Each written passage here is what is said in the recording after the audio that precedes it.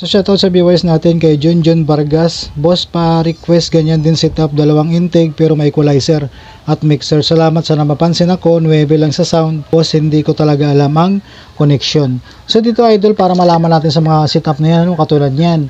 Ang lagi natin titingnan dyan, yung output ng ating mixer papunta sa input ng ating equalizer man yan or amplifier. So dyan tayo magbabase ng connector na gagamitin natin. Kung ano yung output papunta dun sa input, yun ang connector na gagamitin natin para tugma doon sa pagkukunika natin ng ating sound setup na yan. Katulad nito, mixer equalizer to dual amplifier. So dito idol, magumpisa tayo sa ating mixer, tapos to equalizer to dual amplifier. So kung nakikita nyo yan idol, yung mga connector na yan, yun ang gagamitin lang natin sa ating setup dyan. Ayun, 6.35 to dual RCA. Ayan, dalawa po yan. Tapos itong, ayan, dual 6.35. Ito. So magiging dalawa ang gamit natin dyan para sa left and right channel ng ating mixer papunta sa input ng ating channel 1, channel 2 ng ating equalizer. Tapos yung cord na yon, yung nasa taas ng ating amplifier na 6.35 to dual RCA, yan ang gagamitin natin sa output ng ating equalizer papunta sa tig-iisa nating amplifier.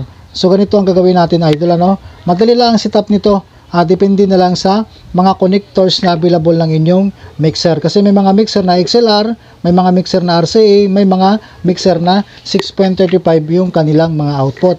So dito, magbabase lang tayo kung ano ang mayroon tayo ditong output. Kung yung sinasabi ko idol, ayan, may dalawang klase tayong input dito. Mayroong XLR at mayroon ding PL. So sa viewers natin na nagsasabi na may mga RCA connector sila, RCA input yung available, same lang din ang setup niya na idol. Katulad nito, ang input may XLR at saka PL. Ito, channel 1, channel 2. So kailangan mayroon tayong signal dito na papasok sa ating channel 1, mayroon din sa channel 2. Para mapagana natin ito, yung ating 2 channel na equalizer. Ito. Ayan, so dalawang channel ito, double channel, channel 1 at saka channel 2. So pag walang signal, hindi tutunog yung ating settings dito.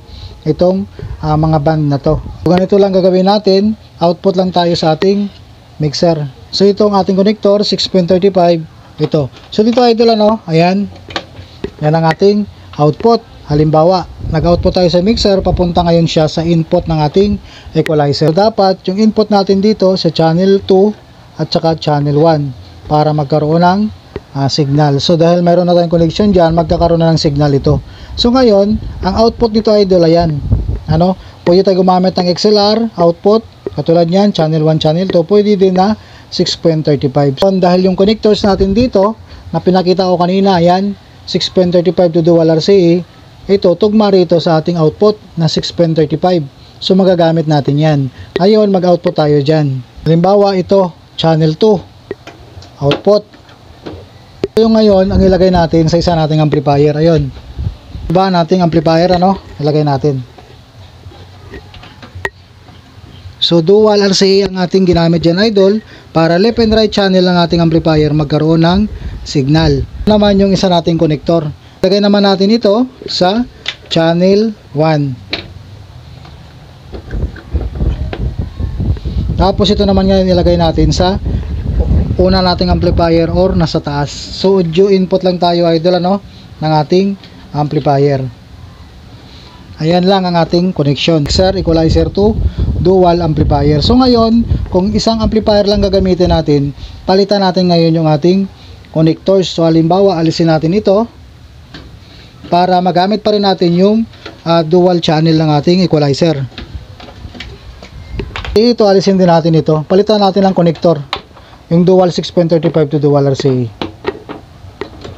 Ito lang connector natin idol sa single amplifier. Halimbawa, pag single amplifier ang gagamitin natin, output lang tayo dito ng dual 6.35, ayan, to dual RCA. Output lang tayo dito sa channel 2 at saka channel 1 ng ating equalizer. Ito, papunta ito sa isa nating amplifier. So kung halimbawa, yung nasa taas natin amplifier ang gagamitin natin, so ito yung input natin. So double channel ng ating equalizer gamit sa isa nating amplifier. Left and right channel lang din siya. Ayan.